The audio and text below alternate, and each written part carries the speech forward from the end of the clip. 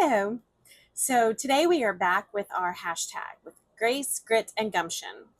There's a lot to say about each of these, and I'm really only touching on them right now, but I do plan to dive into them a little bit over the next few weeks. Grit is a word that Johnny and I started using several years ago, and I kind of bristled at it at first when Johnny started using it because it sounded a bit gruff and harsh. I immediately pictured the the movie True Grit with cowboys and dirt everywhere and bad English and cussing, men chewing tobacco and spitting anywhere and everywhere and doing pretty much whatever they wanted to do, which is a great image, right?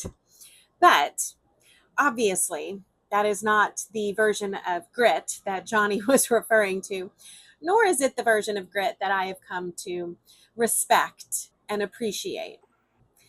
And it's even better when paired with grace, but we're going to get to that.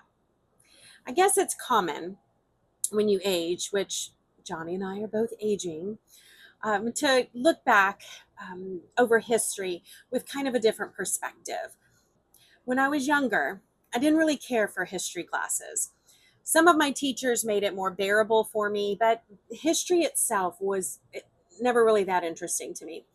However, the older I've gotten, the more interesting that history itself has become, but also the mentality and the thought process and the heartbeat behind the events and what caused the events and the people that were involved in the events. That's what really captures me now.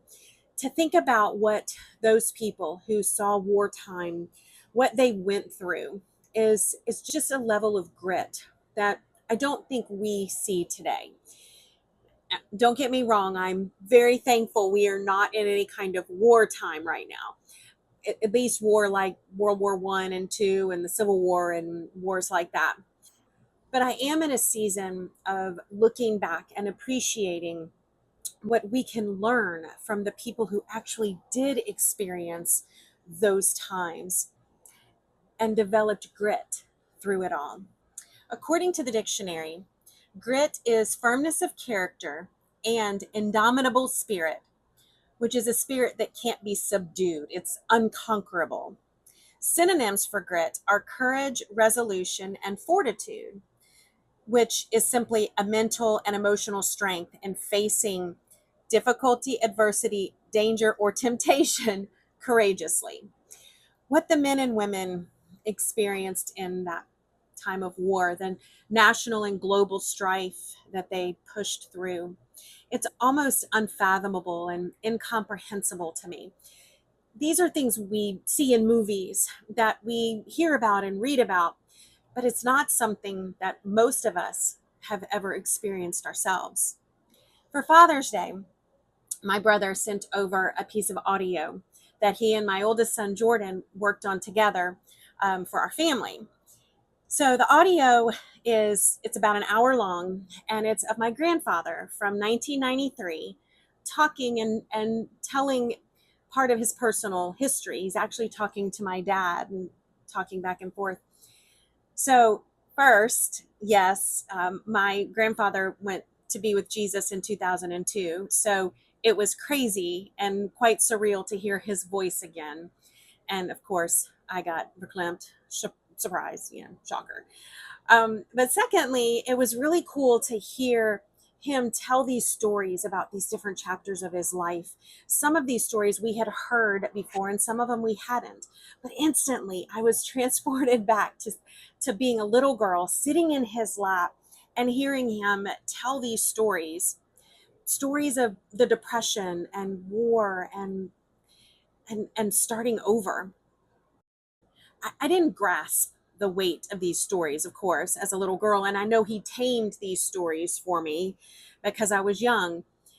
But now, when we talk about these stories as adults, I have a newfound respect and appreciation for what my grandfather and so many like him did for the future generations that they knew would come behind them. That mentality, that fortitude, that courage, that indomitable spirit, that is true grit. For us as Jesus followers, it's so much more than that. My grandfather was a devout Jesus follower, and he wove his faith into every story that I remember him telling us.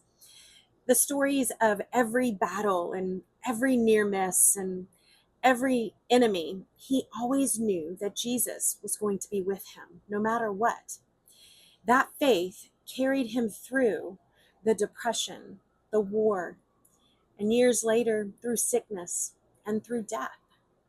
He's someone I wish I could sit with now as an adult and get his perspective on our world today and glean from his experience and his knowledge and listen as he deliberately retold all the different stories of his life. As Jesus followers, grit is this holy perseverance, this godly steadfastness that even as a young person, I could recognize in my grandfather.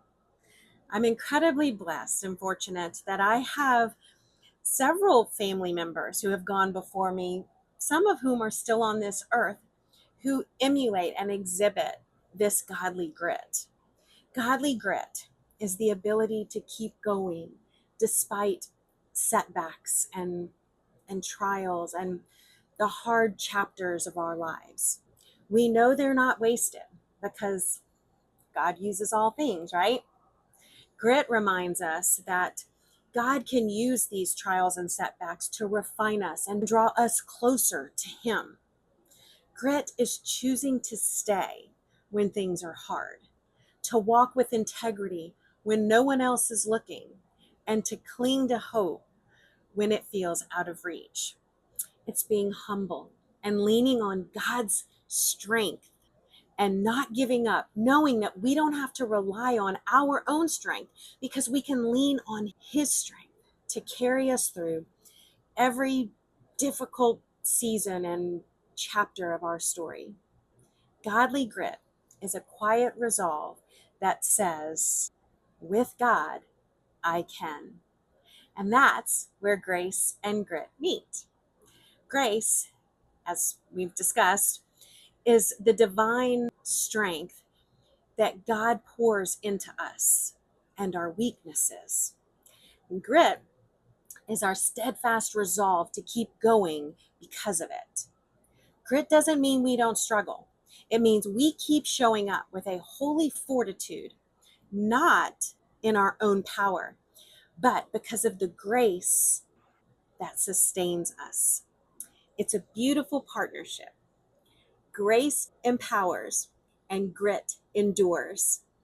We develop grit not because we're naturally tough, but because we've learned to lean on the one who is. James 1, 2, and 3 says, Dear brothers and sisters, when troubles of any kind come your way, consider it an opportunity for great joy. For you know that when your faith is tested, your endurance has a chance to grow. And then Galatians 6:9 says, So let's not get tired of doing what is good. At just the right time, we will reap a harvest of blessing if we don't give up. This week, I want to challenge us to consider what setbacks and challenges and maybe even trials we're facing right now that God might be using to develop grit in us.